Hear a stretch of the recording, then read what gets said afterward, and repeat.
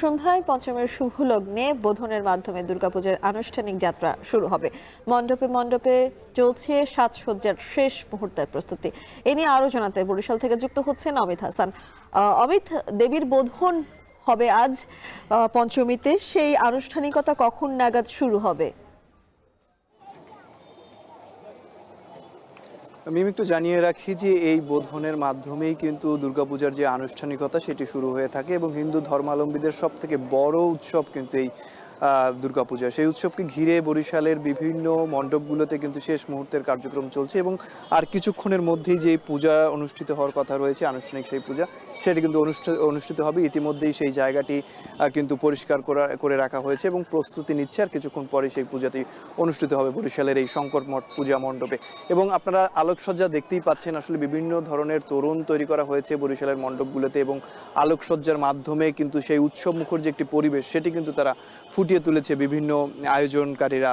এবং তারা বলছেন যে এবছরের যে পুজো রয়েছে সেটি গত যে কোনো বারের তুলনায় এবার অনেক উৎসব মুখর পরিবেশে সেই পুজোটি অনুষ্ঠিত হবে, এমনটি তারা জানিয়েছেন। এবং আইন শৃঙ্খলা পরিস্থিতি এখন পর্যন্ত নিয়ন্ত্রণে রয়েছে এবং সব ধরনের প্রস্তুতি কিন্তু আইন শৃঙ্খলা বাহিনীর পক্ষ থেকেও নেওয়া হয়েছে বলে জানিয়েছেন যারা পুলিশ প্রশাসন রয়েছেন, র্যাবের সদস্যরা রয়েছেন তারা।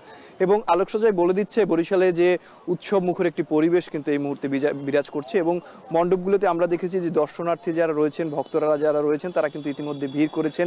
এবং এই শঙ্কর মঠে আসলে পূজাকে ঘিরে কিন্তু একটি মেলারও আয়োজন করা হচ্ছে। সেই মেলাটিকে কেন্দ্র করেও এখানে লোকজনের সমাগম কিন্তু ইতিমধ্যে শুরু হয়ে গেছে। এবং আজকে পঞ্চমী, কালকে কিন্তু ষষ্ঠী পূজার মধ্য দিয়েই কিন্তু সেই যে পূজার মূল আনুষ্ঠানিকতা সেটি শুরু হতে যাচ্ছে।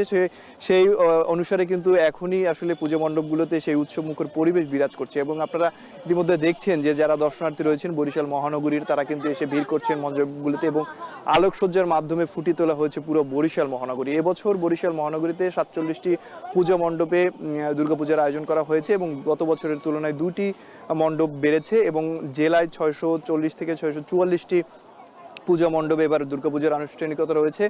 সেখানেও 38টি পূজা মণ্ডপ কিন্তু বেড়েছে। এবং বিভাগের কথা যদি বলি, 2123টি পূজা মণ্ডপে এবার দুর্গাপূজার আয়োজন করা হয়েছে। সব মিলিয়ে বলা যায় যে আয়োজনকারীরা বলছেন এবছর দুর্গাপূজাকে ঘিরে তাদের যে আয়োজন সেটি সম্পূর্ণ হয়েছে ইতিমধ্যে এবং শেষ মুহূর্তে যে প্রস্তুতি সেটি চলছে। আগামীকাল থেকে আনুষ্ঠানিক যে পূজার আনুষ্ঠানিকতা সেটি পুরোপুরি শুরু হবে এবং লোকজনের ভিড়ও বাড়তে থাকবে। তবে আমরা পূজা মণ্ডপগুলোতে ঘুরেছি, আমরা দেখেছি যে বেশিরভাগ পূজা মণ্ডপগুলোতেই পুরোপুরি কাজ শেষ হয়ে গেছে।